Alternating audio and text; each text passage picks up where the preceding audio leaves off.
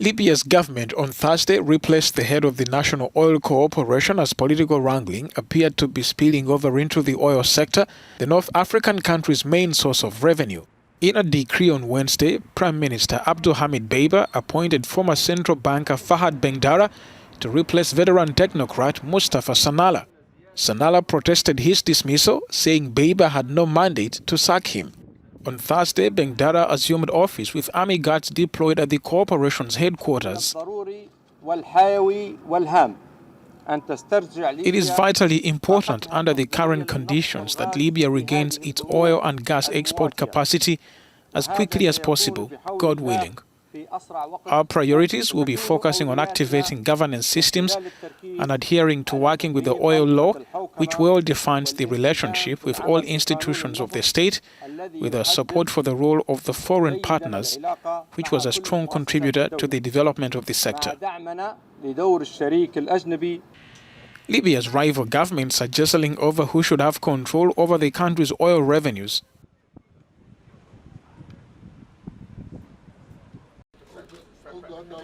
A rare meeting between the Ivorian President Alassane Ouattara and his predecessors took place on Thursday in an effort to ease the national socio-political climate ahead of elections in 2025.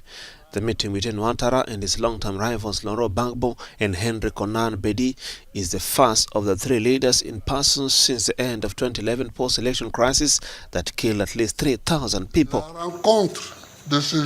Today's meeting was a reunion meeting to renew contact and exchange, in truth, their views on all the major topics. The President of the Republic and his two predecessors have expressed their will to make this first meeting a starting point for the facilitation of the national socio-political climate in our country, Ivory Coast.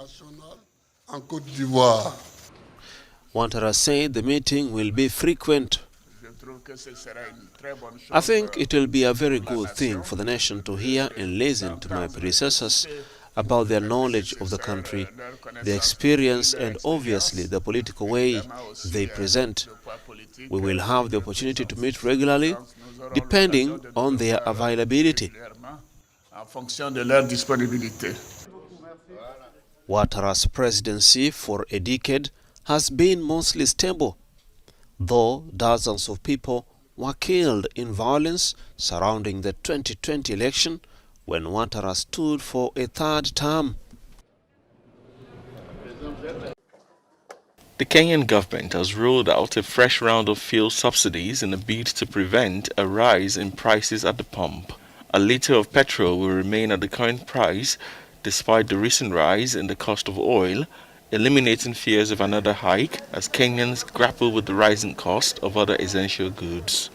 The government had earlier hinted that it could remove the subsidy ahead of its monthly review. In June, the authorities had described the existing fuel subsidy as unsustainable. However, there was a last-minute change of heart and the government authorized the spending of some $141 million to retain current retail fuel prices for another 30 days. Without the subsidy, a litre of petrol in the Kenyan capital, Nairobi, would have hit $1.80. At the moment, it cost $1.34. Over the last year, Kenya has spent over $860 million to subsidize fuel in the face of rising prices in global market.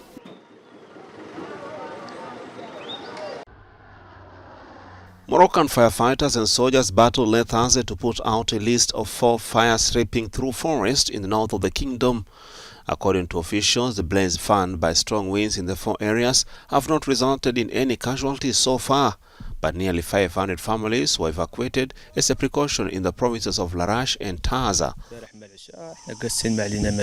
It's the same heat that causes this kind of fire.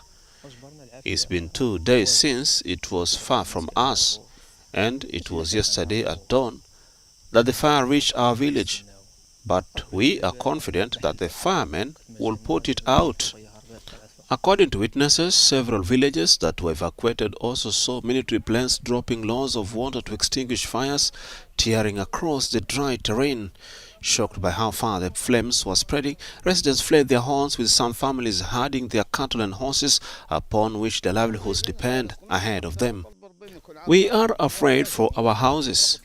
A village next door has been completely surrounded by flames. The inhabitants have been evacuated by the fire brigade, but for the moment, we are safe from the fire. Since Wednesday night, at least 1,000 hectares of forest have burnt in Arash and Wezan, according to initial reports, leaving burnt trees smoldering under a sky blanketed by plumes of smoke.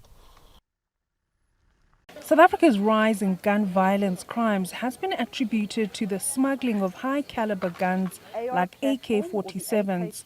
The Global Initiative Against Transnational Organized Crime reports that there are about 3.8 million unregistered illegal firearms in circulation in South Africa, Mozambique and Zimbabwe. Illicit guns and ammunition are a currency in the underworld of gangs, mass shootings and wildlife crime. Because it's not easy to get automatic weapons such as AK-47s. So you'd have to know people who had access to them, who were dealing in them. Some of these weapons have been in the country for a long time, since the 1980s. On Sunday, unknown shooters opened fire at a tavern in Soweto, killing 16 people. South Africa's Minister of Police, Bheki Cele, said the police are working towards clamping down on illegally acquired firearms. There are people who arrive carrying AK-47 guns, killing so many people. It simply means there are too many illegal firearms. Therefore, we are going to have to clamp down, lock down the area for about 24 hours at some point, do a door-to-door, mattress-to-mattress, searching for these weapons. Meanwhile, advocacy group Gun Free South Africa believes that the solution to the country's gun violence crimes is establishing gun-free zones and strengthening gun control laws. But it depends on the following. At the moment, what is on the table is at least to start talking about gun-free zones like we have smoke-free zones. Guns are a risk. They kill people if incorrectly used.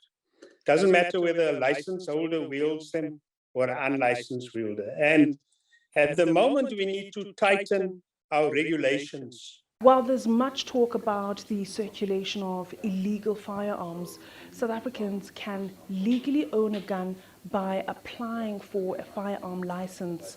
Bianca Bell of Kalahari Arms says they promote responsible gun ownership.